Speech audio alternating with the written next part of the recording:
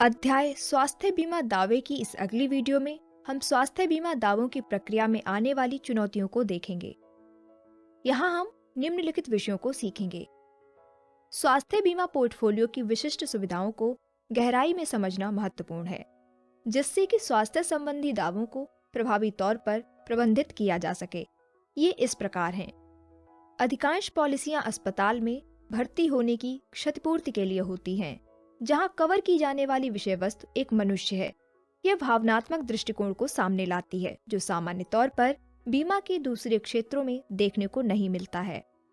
भारत में बीमारियों, इलाज के दृष्टिकोण और फॉलोअप का बहुत ही अलग पैटर्न देखने को मिलता है। इसका परिणाम लोगों में देखने को यह मिलता है कि कुछ लोग जरूरत से ज्यादा सतर्क हो रहे हैं और वहीं कुछ लोगों को अपनी बीमारी और इलाज की परवाह नहीं होती है। स्वास्थ्य बीमा किसी व्यक्ति, किसी समूह जैसे कोई कॉरपोरेट संगठन के द्वारा या बैंक जैसे एक खुदरा बिक्री चैनल के माध्यम से खरीदा जा सकता है। इसके परिणाम स्वरूप उत्पाद को एक तरफ एक मानक उत्पाद के रूप में बेचा जा रहा है, तो दूसरी तरफ ग्राहक की जरूरतों को पूरा करने के हिसाब से अनुकूलित उत्पाद लाए जा रहे हैं। स्वास्थ्य बीमा पॉलिसी अस्पताल में भर्ती होने के पैमाने पर आधारित होता है, जिससे पॉलिसी के तहत एक दावा उत्पन्न होता है। हालांकि सभी स्वास्थ्य सेवा प्रदाताओं, चाहे वह चिकित्सक हो या शल्य चिकित्सक, या अस्पताल के शुल्कों में काफी अंतर होता है, जिससे दावों का आकलन करना बहुत मुश्किल हो जाता है। बीमारियों और समस्याओं के उत्पन्न होने के परिणाम स्वरूप नई उपचार विधियों का भी विकास हुआ है। यह स्वास्थ्य बीमा को और अधिक तकनीकी बनाता है और ऐसी प्रक्रिया के लिए बीमा दावों को नियंत्रित करने के कौशल में निरंतर सुधार की जरूरत होती है। मानव शरीर का मानकीकरण नहीं किया जा सकता है, जो एक बिल्कुल नया आयाम बनाता है।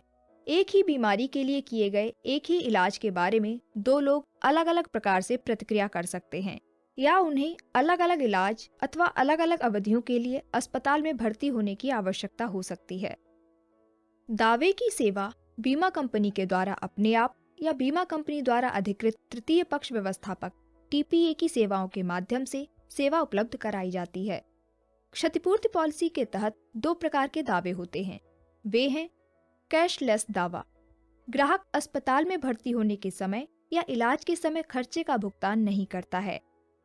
नेटवर्क अस्पताल बीमा कंपनी TPA से एक पूर्व मंजूरी के आधार पर सेवाएं प्रदान करता है और बाद में दावे के निपटान के लिए बीमा कंपनी TPA के पास दस्तावेजों को जमा किया जाता है। प्रतिपूर्ति दावा। ग्राहक अपने स्वयं के संसाधनों से इलाज के खर्चे का भुगतान अस्पताल को करता है और फिर स्वीकार्य दावे के भुगतान के लिए बीमा कंपनी TPA के समक्ष अपने दावे को पेश करता है। दोनों मामलों में बुनियादी कदम एक जैसे होते हैं। मोटे तौर पर दावा प्रक्रिया में निम्नांकित चरण शामिल होते हैं।